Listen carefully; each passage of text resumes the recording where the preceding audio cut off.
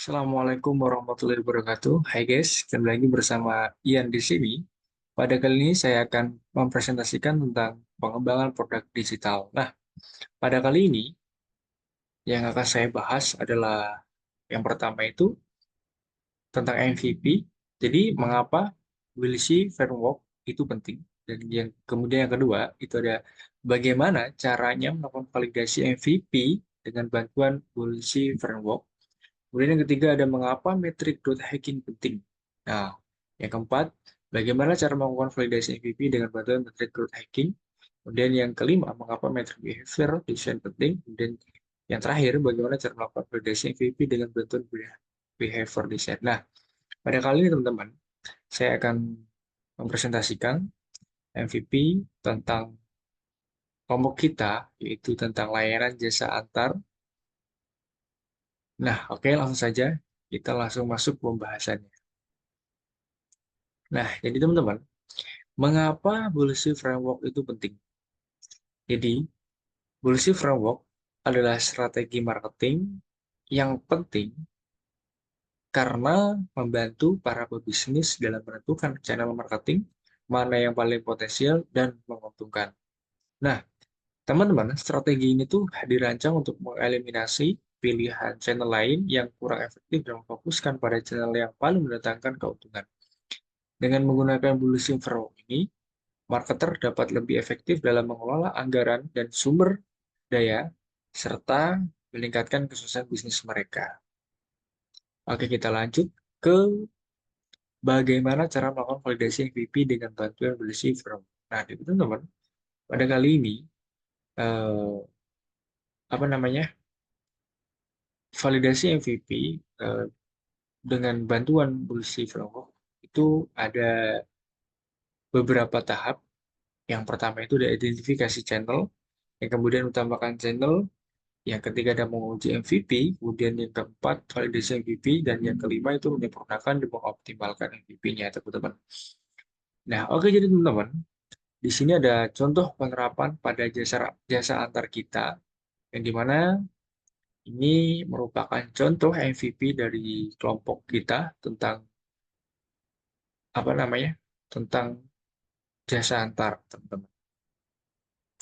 Nah, yang pertama kita itu mengidentifikasi tujuan. Jadi waktu itu saya dan teman-teman membuat daftar 19 channel pemasaran yang memungkinkan kami itu untuk dapat melakukannya.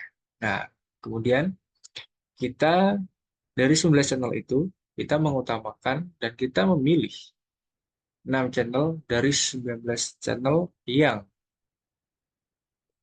maaf, nah kami, saya dan teman-teman, kita memilih 6 channel dari 19 channel yang tersedia. Dan kami berkonsentrasi pada tujuan yang paling mungkin memberikan hasil terbaik dengan harga terjangkau. Nah, dari 6 channel tadi yang telah dipilih sebelumnya, kita memilih 3 yang paling berpotensi untuk diuji. Namun, kami hanya menggunakan 2 channel yaitu iklan, waveline, dan viral. Nah, untuk di tahap pengujian ini, kami melakukan eksperimen kecil untuk mengetahui seberapa aktifnya masing-masing saluran atau channel. Kemudian kami menetapkan metrik untuk mengukur keberhasilan. Oke, kita lanjut ke contoh penerapan pada jasa antar kita. Nah, teman-teman, di sini ada contoh di gambar ini ada contoh penerapan pada layanan jasa kita yaitu antar. Bisa kita lihat dari teman-teman. Yang pertama itu ada market size dan MVP method. Nah, bisa dilihat oleh teman-teman ya. Ini contoh MVP-nya dan ini contoh apa namanya? Ya, ini adalah contoh penerapan pada jasa antar kita. Oke, kita lanjut ke contoh uji coba pada layanan antar. Teman-teman, jadi sebelumnya kita juga melakukan praktek di lapangan, yang dimana kami hanya menggunakan saluran channel offline dengan memberikan 100 lembar flyer kepada karyawan Menara 165. Untuk channel viral, kami membagikan melalui grup WhatsApp. Nah, kita lanjut ke soal selanjutnya, teman-teman. Mengapa metric growth hacking itu penting? Jadi, metric growth hacking penting karena dapat membantu dalam meningkatkan efisiensi dan mengefektivitas strategi pertumbuhan bisnis. Metrik ini terdiri dari 5 elemen utama, yaitu acquisition, activation, retention, revelar, dan revenue. So, ini disebut dengan R, yang membantu dalam mengukur dan meningkatkan pertumbuhan bisnis secara cepat dan hemat biaya. Nah, kita lanjut ke contoh uji coba pada layar di standar kita, teman-teman. Nah, pada kategori acquisition ini, kita menggunakan user statusnya yaitu viral sebagai poster di WA dan IG. Populasinya itu 200 orang.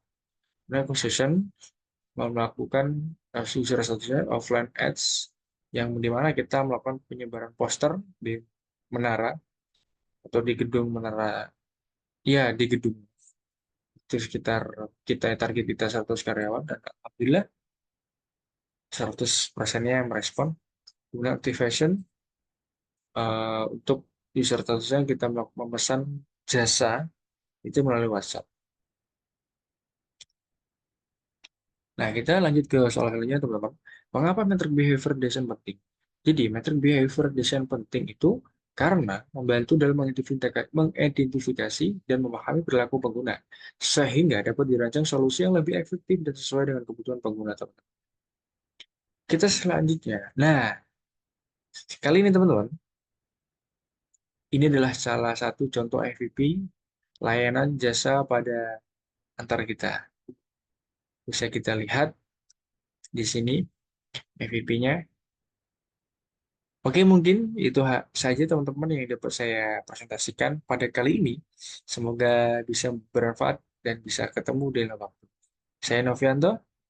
Assalamualaikum warahmatullahi wabarakatuh. Terima kasih.